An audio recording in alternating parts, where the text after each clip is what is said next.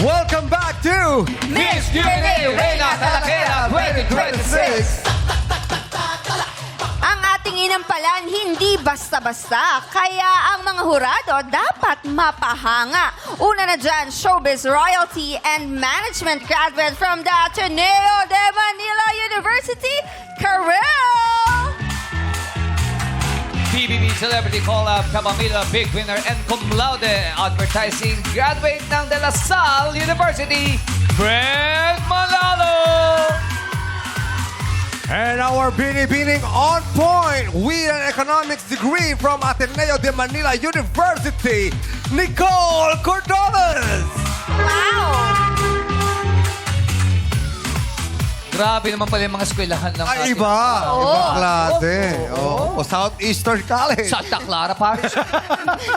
Miriam Collins! Ay, taray. Diba? Kaya ito na ang wit na. Taglay dapat nyo nang itodo bigay dito sa Wit Lang. Simulan na natin kay candidate number 2, Ian Torres. Halika na dito sa gitna, Ian. Oh, Ian. Yes. Kamusta ang pakiramdam nakapasok ka sa next round? Sobrang saya po and sobrang looking forward po ako sa round na to. Yes, good luck sa'yo. Eto na, papasukin natin ang OPA Escort Ryan. Pasok! Let's go kay Ryan. Opa.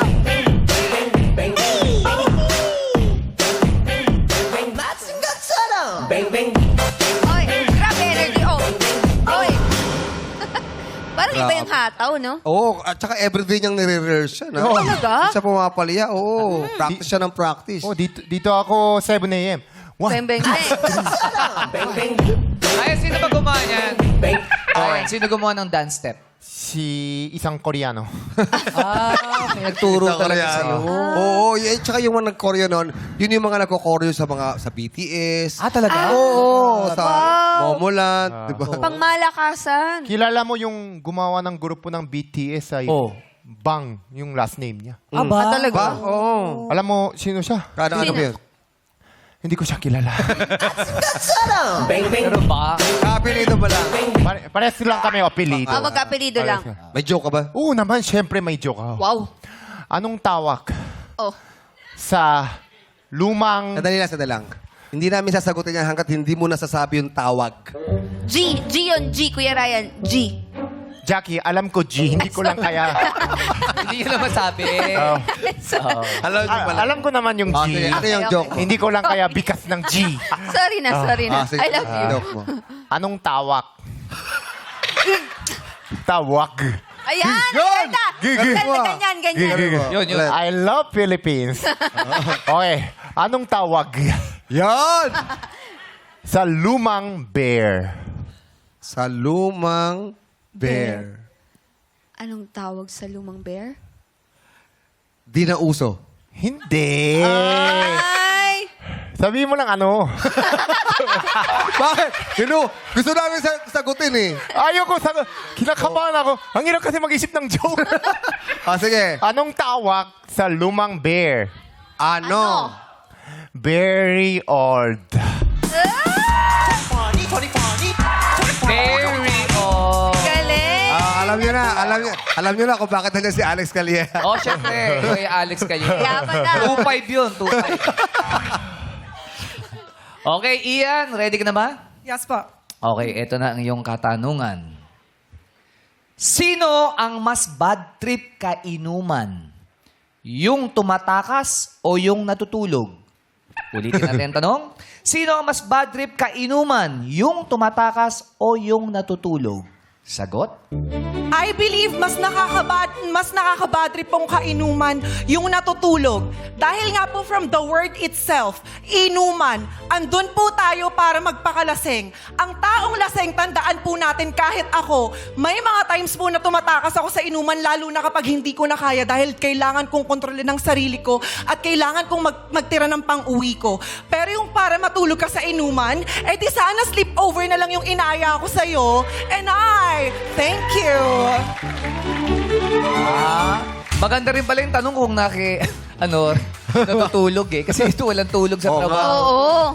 Pwede sa kanya yan. Maraming salamat. Candidate number 2. Tawagin naman natin si candidate number 1. Anora La Forteza. Opo, okay. Kamusta? Sobra. Kamusta ka, Anora? Okay ka. Okay naman Patingin po. mo, kaya mong talunin yung... Ay, kayang-kaya po. Pero may tulog ka ba ngayon? Wala po actually. Wala pa. Nako, kaya dapat... Pag natalo siya rito, malamang may May tulog. tulog siya. may tulog siya pag natalo siya. Doon niya nabawi. Kaya naman tawagan natin, Opa, Escort, Ryan, pasok! Hey! Let's go, Kuya Ryan. Hey! Uy! Hey! Uy! Uy! Uy! Wala. Nabite. Hindi maabot eh. Naiwan yung paa. Naputol. Hanggang dyan lang pala. Yung pangalawa hanggang... Naiwan yung paa. Akala ko meron pa eh. Akala ko meron. At saka talaga pagkat hindi walang tugtog, hindi ka gagalaw talaga. Ako, dapat ganun. Oo, Dapat kaya- pag walang tuk-tuk, stop na. Oh, wala. Wow. May joke ka pa, may joke. Oo! Lagi ako may joke para sa madalang Hindi people. lagi yan. Gusto niyo mababal lang, people? Pero tatawa po kayo, ha? Hindi, anong tawag? Tawag nga. Anong tawag Yan. sa tuhod na matagal na siya single? Oy. Ano? Yung tuhod. Tuhod. Matagal lang single. Malungkot yung tuhod. Anong tawag sa malungkot na tuhod? Na matagal ng single. Oo. Hud. Umiyak na lang. Alam ba? Boss, nakakatawa yung bitaw mo. Natatawa na sila. Ang hirap pa sabihin na ano, Ryan? Sabihin mo lang ano. Yun lang. Nagsinabi mo ba, hud. Tawang-tawa sila, habi sila. Huwag ka mawala ng pag-asa. Ulit. Anong tawag sa Malungkot na tuhod Tuhod. kasi matagal na siya single. single? Ano? Loneliness.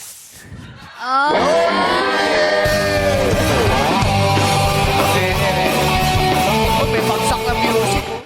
Yung tuhod, bigla naghanap ng jowa. Bigla naghanap ng jowa. Ay, Jowa na. Naghanap ng jowa yung tuhod. Oh, paano? Anong tawag nun? Happiness.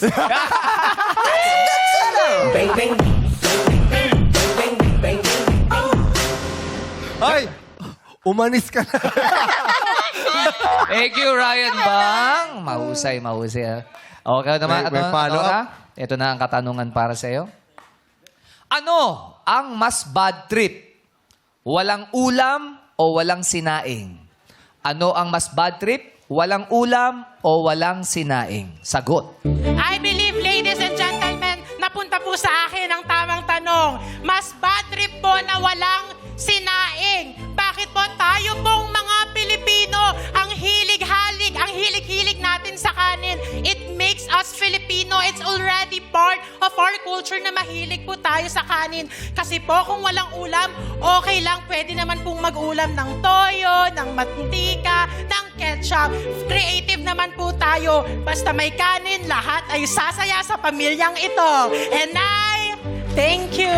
Thank you, candidate number 1. At ngayon naman, alamin natin ang komento ng ating mga hurado. Simulan natin kay Hurado, Career. What's up, madlang people? Ayan, malapit ako sa iyo, Ian, kasi natutuwa ako, naalala ko yung kapatid kong si Maha Salvador sa sweetness ng face mo. Thank you sa mga papuri mo sa programang ito at sa contest na ito. Siyempre, gustong-gusto namin naririnig yan. Okay, yung sagot mo, from experience, may aral at may paalala. Yung paalala na dapat pag umiinom ay may limit tayo. I think I like that very much kasi kahit, di ba, parang medyo preachy, pero, di ba, dahil nanggagaling sa'yo, somebody young, maganda rin naririnig natin yun paminsan-minsan. Plus your clever ending. It closed it perfectly. Congrats sa'yo. Maraming salamat, Jurado Karel. Pakinggan naman natin ngayon ang masasabi ni Jurado Brent Manalo. What's up, madlang people? Ayan. Candidate number 1, Anora La Forteza. I just want to say you're so toothsome. Ano? Ano yun? Toothsome. Toothsome? Oh, toothsome. Ano ibig Ano sabihin? ibig sabihin? Dalawa yung pwede niya meaning. Appealing and masarap.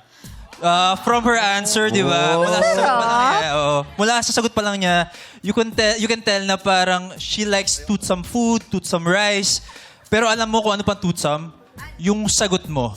Very delicious, talagang malaman, nanunuot. At na-mention mo pa yung kultura natin bilang Pilipino na tama nga naman na kaya nating walang ulam basta may kanin, we find ways. Kaya maraming salamat and job well done. Thank you, Jurado Brent Manalo. Ngayon naman ang masasay ni Jurado Nicole Cordoves. Hello, madlang people! And hello, ladies! Masasabi ko lang, gets nyo yung challenge ng Miss Q&A today. Okay, start tayo kay Ian Torres. At first, akala ko serious yung... Sabi ko, ala, ito na naman. Serious na naman yung atake. Muntik ko nang pitikin talaga yung score mo into the iPad. Tapos, biglang you really got into the question. Yung nagre-react ka talaga sa tanong, yung situation, para nakita namin na, oo nga, ganun yung galawan niya pag sa inuman. And then, natumpok mo siya yung sarcasm mo in the end na sana sleepover na lang inaya ko. Yun yung real talk na hinahanap namin dito sa Miss Q&A and personality. So for your first pageant, girl, bongga performance mo. Yun ang masasabi ko sa'yo. And then kay Anora La Forteza naman, ibang level din yung Q&A mo eh. Kasi yung very first line mo, parang brinance out mo pa from the question itself. And you connected it to yourself. Yung cliname mo na parang tamang-tama tong tanong na to for me. And that's like another level of confidence and yung pagka-sure mo sa sarili mo bilang candidate na talagang yung personality mo, tagos na tagos hanggang dito. So we really appreciate that. And then, you gave us really intellectual tidbits yung mga Filipino culture na nakakatuwa din siya. Kasi totoo, ako, yung Nor Toyo pagka walang ulam talaga. So, kumpleto yung sagot mo. Hindi ko na nga na-complete yung comments ko. Pero basically, kumpleto, nakakatuwa. Ladies, congratulations and good luck to the both of you. Yun, para itong dalawang contestant natin natumbok yung gustong sagot. Yes, Pareho ni Nicole Parehong witty yung sagot. Yes. Oo. Kaya medyo mukhang nahihirapan yung ating mga jurados. Kikita natin. Pero, grabe yung grabe yung laban ni number one. Oo, talaga sabi niya, hindi ako papatalo. Yeah. Oo. Sabi ni Anora. Oo. Kasi minsan, pag maganda na yung sagot nung nauna sa'yo, tulad ni number 2, medyo kakabahan ka na eh. Totoo. Baka hindi mo mahigitan o di mo, Yes. di ba? O kaya lalamunin ka nung yung thoughts mo, hindi mo na-organize ng maayos. Pero siya talagang nailatag niya ng maayos. Nasabi niya lahat. Pero tunay na panalo rito si Alex Calleja. Bakit? Kasi habi yung mga jokes niya ngayon. Yeah! May 5,000 Congrats, siya. Alex. Diretso, di ba? Alex Calleja in the house. Wala bang discount sa joke? Ay, panoorin nyo nga po pala yung Sinimalaya namin, ang Hand of God. O, simula po yan sa Yun. August 6. At makita tayo sa mga sinihan. At sana po supportahan natin. Kasama dyan sila Ruru Madrid, Isa Calzado, yan, Ronnie Lazaro. Wow. Yan. Congrats kay Long and Directed by... Directed by Mark Angos. Yeah. Mark Dwayne Angos.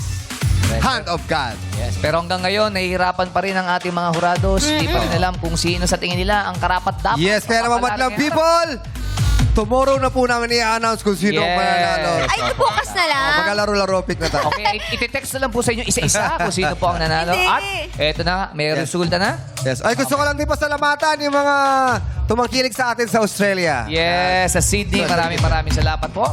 Ngayon naman, kaniyong talak, ang talagang tumata. Our Miss Q&A Reina Talakera of the Day is... Candidate number...